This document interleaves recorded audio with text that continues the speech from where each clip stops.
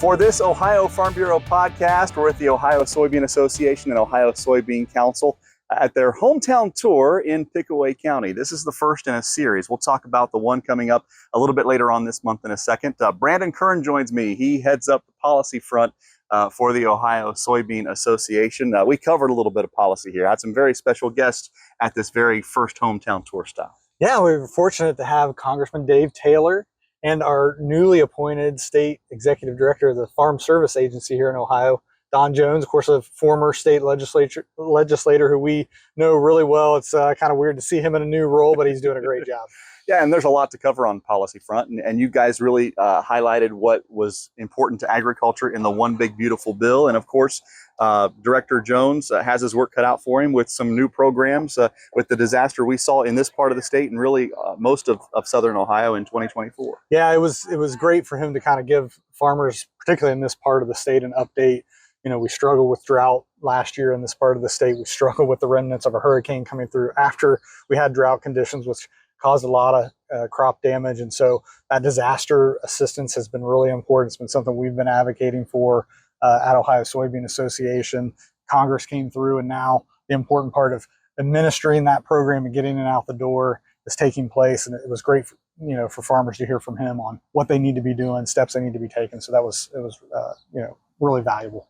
Coming up throughout this podcast, we'll have experts from Farm Credit Mid-America talking about thin margins and how to navigate those if you're involved in agriculture here in 2025. Also talking weather, getting an outlook for the next 30, 60, 90 days from BAM weather as far as what might happen here as we finish off this crop and get into the harvest season.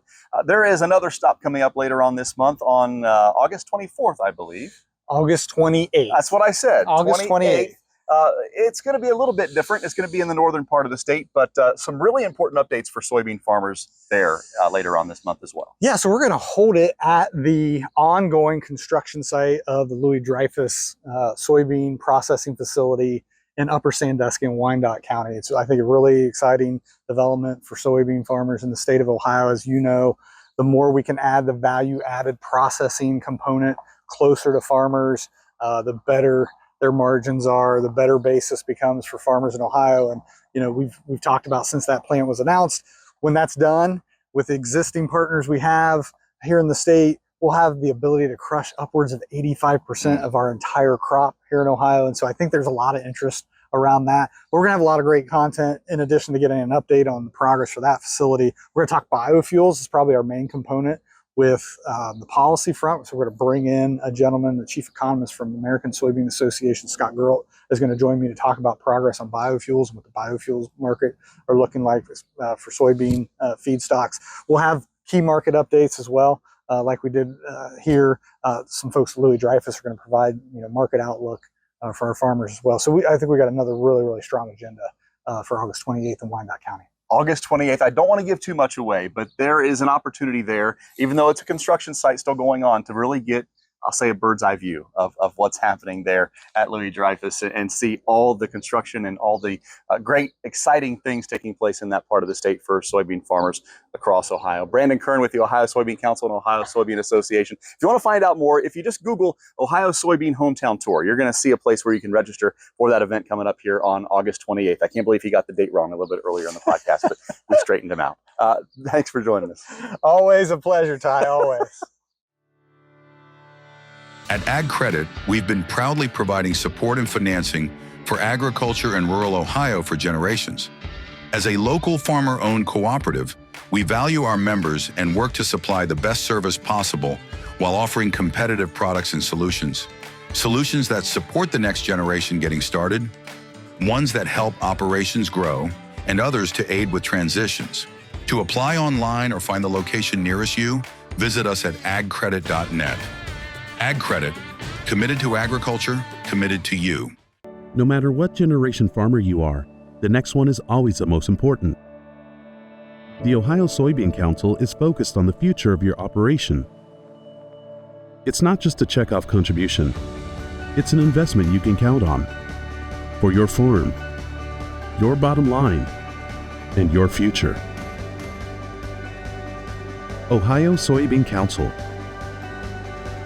Invested in your future. As many farmers around Ohio know, crop prices are low, inputs, interest rates, all high. Margins are tight in farm country. For this Ohio Farm Bureau podcast, we have Rudy Pitzer-Perry joining us with Farm Credit Mid-America. She's Regional Vice President of Ag Lending. It's great to see you. Welcome back. Good to see you, Ty. Thanks for having me. So how do farmers navigate these thin margins? You talked about this on a hometown tour with the Ohio Soybean Council here in Southern Ohio. I guess, first of all, kind of give us a lay of the land for this part of the state and how farmers are dealing with the margins that we're seeing here. Yeah, so where we're at today is predominantly grain country, and the region that I work in is as well. So we're feeling the tight margins pretty strongly.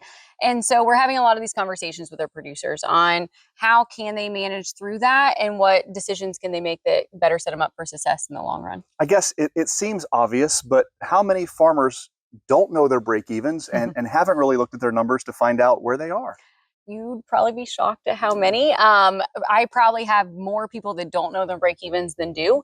And that is really the first step, is just understanding your own personal cost of production, right? Not your neighbors, not the state budgets, and what those break-evens are. Because if you're trying to market grain without knowing your break-evens, it's like playing darts blindfolded. And without using the pun, literally getting into the weeds with your numbers, Yes. right? So Yes. Finding out what everything is really costing you to your bottom line. Yeah, I encourage producers to be pretty fanatical about going through everything that they are spending and is it yielding them a return. So whether that's inputs, machinery and equipment, a lot of operations are kind of over-equipped, so there's probably some opportunity there. But also cash rents and especially family living. It's creeped up a lot the last several years. So are there some cuts we can make there to help the whole operation run more smoothly? I was interested to hear that you use AI to run some of these numbers. How can that be used? How do you use it? And how can farmers use something like ChatGPT to really understand where they are and where they could go? Yeah, so I personally am a big fan of AI. I use it both at work and personally at home quite a bit. I generally use Copilot or ChatGPT, one of the two of those. But just as an example, when I was preparing for this presentation, I plugged in a scenario about whether I should buy a sprayer or have it custom applicated and gave it some parameters to run. And I was really impressed with the knowledge that it had about ag, really, to know some of the things I forgot to tell it. And it ran a 5-year cost analysis and helped me see that maybe custom applicating was more cost effective. But if I really wanted to own that sprayer, it also gave me some suggestions for how to make that more cost effective, whether it's a lower price or running some more acres through it. So I think it could be a very important tool moving forward and helping our producers better navigate some of those expenses, because sometimes people don't know how to run all those numbers. And if you don't know, that can be daunting, but there's no excuse when it's on your phone and you can do it in about 30 seconds. Used to be when you talked about diversification on the farm that you would plant corn and soybeans and maybe throw wheat in there to diversify or have livestock. Diversification has taken a whole new angle when it comes to what farmers are looking at in order to diversify their income and make that operation sustainable as a whole. For sure. Yeah, that traditionally is what we talked about. But what we found is, one, some of those crops are all susceptible to the same downturn. So a lot of times people want to try to level their income out and make them a little bit more downturn proof. But also a lot of times when you bring another generation back to the farm, it's a really good opportunity to add a line of business and add some more income to support another family, but to also give that next generation some skin in the game and an operation they can kind of help run as well. Sometimes that diversification has nothing to do with agriculture. You had examples of storage units, car washes. Are we really seeing that in farm country? All the time. So at Farm Credit, we finance farmers what we call non-ag or commercial businesses as well. And every day, more and more often, we see traditional farmers just diversifying into income streams that have nothing to do with the farm. And it generally a lot of times yields them really great benefits from that standpoint. But yeah, it's very common and more common every day. What are some of the risks and considerations that farmers should look at as they look at diversifying, whether it be within agriculture or outside? So they definitely need to be considering kind of what their goals are and how to accomplish that, and also think through if they have the skill set, the assets to be able to leverage that, and the labor, they can meet labor needs. But also from a pitfall standpoint, they need to make sure they're not over diversifying or diversifying just to diversify, and that they're not getting into businesses too closely correlated if they're trying to level out their income. Because if you're just adding another grain crop and it's still susceptible to the downturns, well, you haven't really accomplished your goal. A lot of farmers put Rudy on the spot in there talking about interest rates and input costs and where they're going. As you talk in the boardroom and with your clients or around Southern Ohio, they're obviously asking you that question as well. Where do you see those types of things going as we move into the future with what seems to be long-term lower commodity prices? Yeah, I generally tell people, right, I can't predict exactly where it's going to be in the future. I think the best solution is to prepare for like higher input prices, lower returns for right now, and be pleasantly surprised if it works out the other way. We generally don't see input prices come down a lot after the prices come up. There are some crop insurance options they can look at to help protect some of that margin. And, we're hopeful that interest rates will start to come down some, because we understand that interest rate expense is pretty hefty on that margin right now too.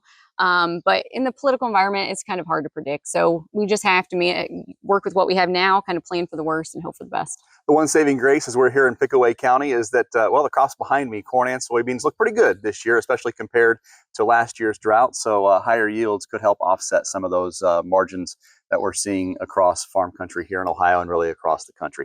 Rudy Pitzer-Perry with Farm Credit Mid-America, Regional Vice President of Ag Lending. Always great to see you. Thank you. Thank you, Ty. As the nation's #1 insurer of farms and farm families, Nationwide has long been a reliable resource for rural America. And while the current surge of data, technology, and globalization promises incredible growth potential, each new opportunity is shadowed by rising threats like security breaches, GMO contamination, and supply chain failures. This business is about adapting. It demands a protector just as forward-minded. It demands Nationwide. Who feeds your need for new ideas for your family's best farm future? Ohio Farm Bureau. We work with our members to shape ag policy that will positively impact our industry. Farm Bureau is advancing business solutions to give you a competitive advantage. We help you gather information to stay ahead of important topics and technologies. Plus, Ohio Farm Bureau creates opportunities for growth. Ohio Farm Bureau, feeding your need for new ideas. Also joining us on the podcast this week is Michael Clark. He is the co-founder and CEO of BAM Weather, talking with Ohio soybean farmers here on the Ohio Hometown Tour with the Ohio Soybean Council about the forecast, looking short and long term to see what Mother Nature might have in store. Before we get into your thoughts about the next 30 to 90 day forecast, tell us about BAM and how it got started. Very interesting story. Yeah, gosh, funny thing, it started from a Facebook page about 13 years ago, just kind of posting free weather information on a page. And then some guys started following it and they're like, hey, you should post more. And believe it or not, we started by having a $5 subscription where you could watch a YouTube video 13 years ago. And it's kind of just morphed into guys wanting more information tailored to them that's better than what they get for free. And now, we're over 7,000 customers in almost every country in the world, and we're growing. So it's crazy what social media can do to a business if you utilize it, I guess. Well, it makes sense. We have experts that focus on our crop inputs. We have experts that focus on marketing. Yeah. Weather is such a huge component for agriculture. It is. And it's critical, accurate weather. If a farmer is going to go out and spray, 1,000 acres worth of beans, and he sees rain on the radar and he doesn't know if it's going to hit or not, and he goes for it, well, then the rain washes all that chemical away and you got to redo it. Whereas you could ask someone, talk to someone, and get more detailed, accurate information. You can prevent those things from happening. That's kind of why we exist. Yeah, but what a tough profession. People always say in meteorology, you can be right half the time and still get a paycheck. Right? Sure, yeah. So you though say you would rather forecast out 90 days than 90 minutes. Explain what you mean by that. I say that because it's so hard to give someone what they want to know down to where they're standing. The rainfall could be where we are here, and that field behind us can be off by an inch. And there's no computer or data or source of information that will ever be able to tell us that. We can give ideas, we can give the best generalized predictions, but hyper-local weather data is not a thing, and it never will be. We just don't have the technology. So I like 90 days because I can give generalized overviews for the area that people will remember. I'm like, oh yeah, that guy said that, you know what I'm saying? And if I say an inch of rain and you get a half inch, well, to you, I'm wrong. So it's tough, but that's why I say that, you know what I'm saying? I know that you did research before you came here to Pickaway County. This was one of the hardest hit counties in the state for the drought in 2024. Fast forward to a year, and now we have more than enough moisture and hopefully a little bit more as we get the beans finished off here in August. And then, of course, we're looking ahead to harvest and wondering what kind of weather conditions we might have as you look into that crystal ball and look at this for the next month and then into September, October. What are we looking at as far as the forecast goes? Yeah, I think going forward, we're going to continue to look at normal situations in moisture. I don't think we're looking at a lack of it, but I don't think we're looking at a surplus of it either. So just normal rainfall patterns, which will be great for the beans in August. To get an inch of rain in the 4th week of August is great. And that's probably what we're looking at. Temperatures, however, will stay overall much warmer than average. It's a very warm end to the month and a warm start to September. There can be some cold fronts here and there, pretty typical, but September has the potential to be the hottest and driest month of the harvest season. So I think we start fall, if you will, warm and drier. As we progress into October, November, it starts to get progressively a little bit wetter. November is the wettest of the 3 months, we think, here in the eastern part of the grain belt. Temperatures, however, for the most part, signals are is that it'll just be a warmer than average harvest for the most part right now. A couple minutes ago here on the podcast, we talked with a lender about using AI for marketing plans and for business models, the way that they use it. Are you using it in weather forecasting at this point? We're dabbling in it.